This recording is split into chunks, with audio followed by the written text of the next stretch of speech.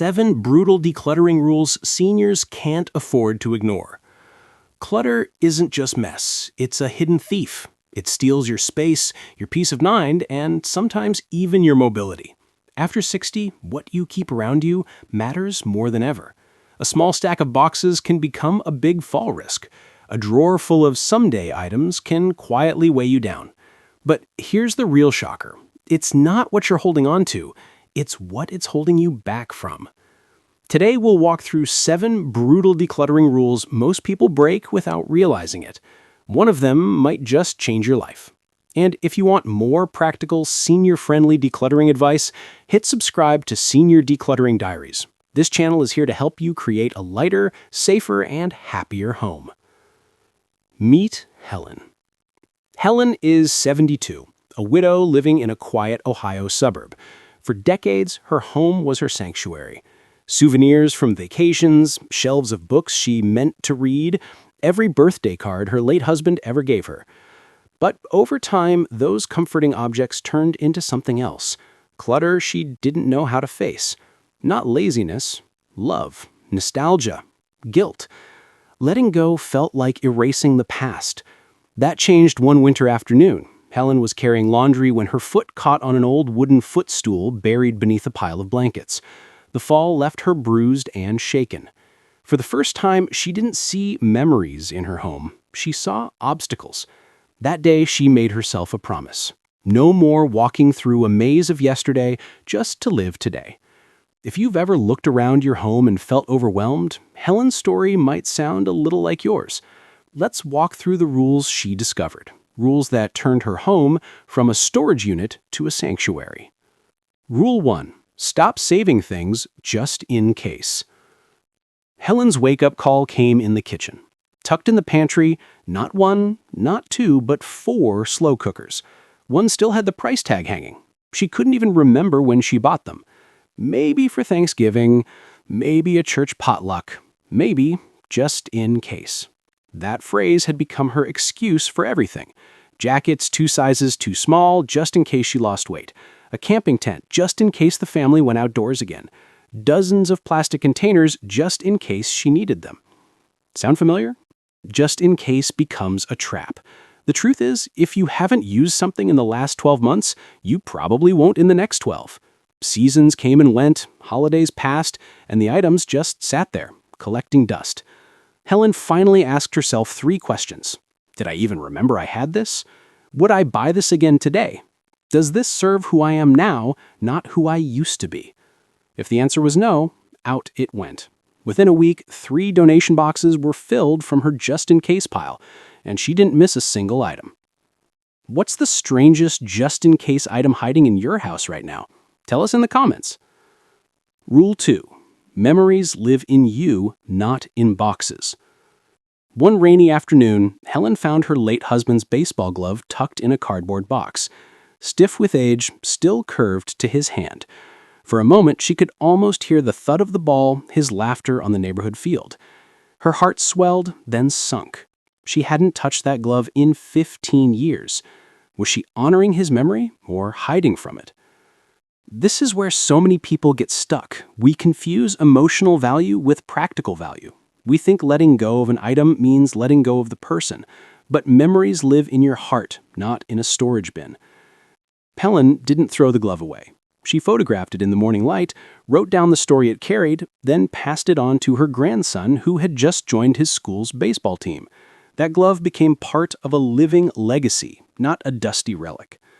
So ask yourself, are you keeping this to honor the memory or because you're afraid to let go? You don't need every object to remember a moment.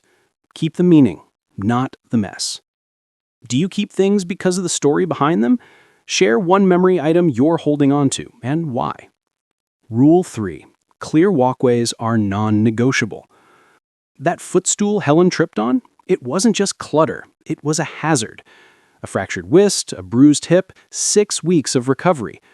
Here's the hard truth. As we age, clutter turns from nuisance to danger. A single fall can change everything, not just physically, but in terms of independence.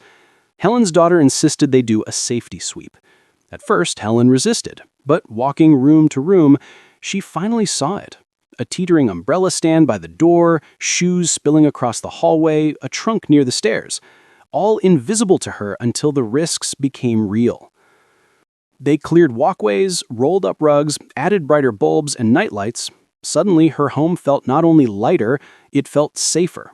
If you do one thing today, walk from your bedroom to your front door. That's your lifeline. Clear it. Your independence depends on it. Be honest. Is there something blocking a walkway in your home right now? Drop it in the comments. Rule 4. Don't live in a museum of your past. For years, Helen had closets filled with old office supplies from her secretary job. Folders, staplers, paper clips, planners from projects long forgotten. She told herself they were practical, but deep down she kept them because they reminded her of who she used to be. This is a common trap, holding on to things that belong to a life we no longer live. Fitness gear from a hobby abandoned years ago, fancy cookware from the chef phase that never stuck. Helen realized her home wasn't reflecting who she was, it was reflecting who she used to be. Clearing out those boxes wasn't just about space, it was about giving herself permission to move forward. Ask yourself, is your home a sanctuary for your present or a museum for your past? What's one thing you're keeping that belongs to a life you no longer live? Tell us in the comments. Rule 5. Start small, win big. At first, Helen felt paralyzed by the sheer amount of clutter. Every room felt overwhelming. Then she remembered her daughter's advice. 15 minutes a day, Mom, that's it. So she set a timer, picked one drawer, and tackled it. Receipts, pens, expired coupons. 15 minutes later, it was clear. That tiny win sparked momentum. The next day, a shelf. The next, a magazine basket. Small wins add up. By the end of the week, Helen had cleared more than she thought possible. Decluttering doesn't require a marathon weekend. It just requires consistent, focused sprints. If you feel stuck, don't think about the whole house. Think about one drawer, one corner, one box. That's how progress begins. If you have 15 minutes right now, what's the first drawer or corner you'd tackle? Write it in the comments. Rule 6. Stop holding things for other people.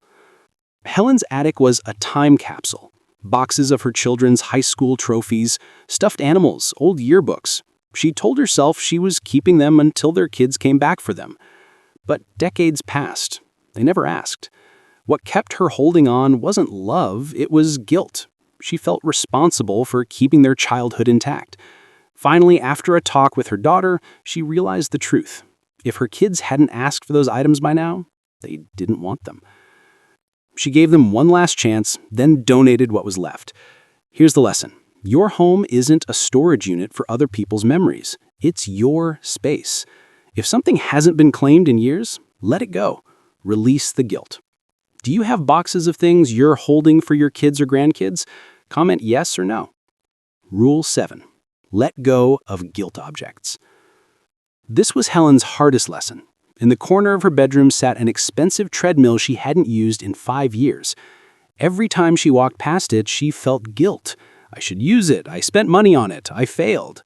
But guilt doesn't belong in your home. That treadmill wasn't helping her stay fit. It was reminding her of broken promises.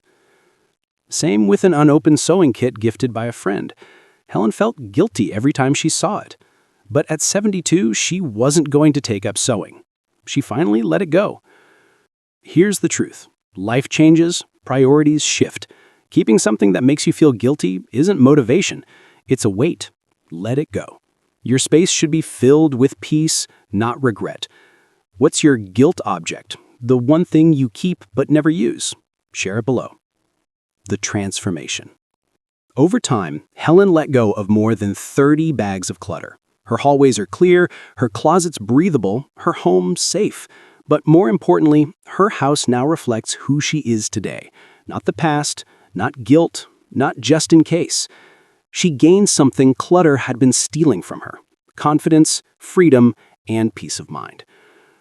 So which of these 7 rules hit home for you? Are you holding on to just-in-case items?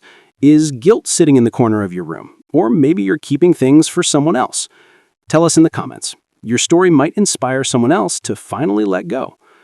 If this video spoke to you, hit that like button, share it with a friend who might need it, and subscribe to Senior Decluttering Diaries for more practical advice on living your best life after 60. Remember, your home should serve you today, not your past, not your guilt, just you.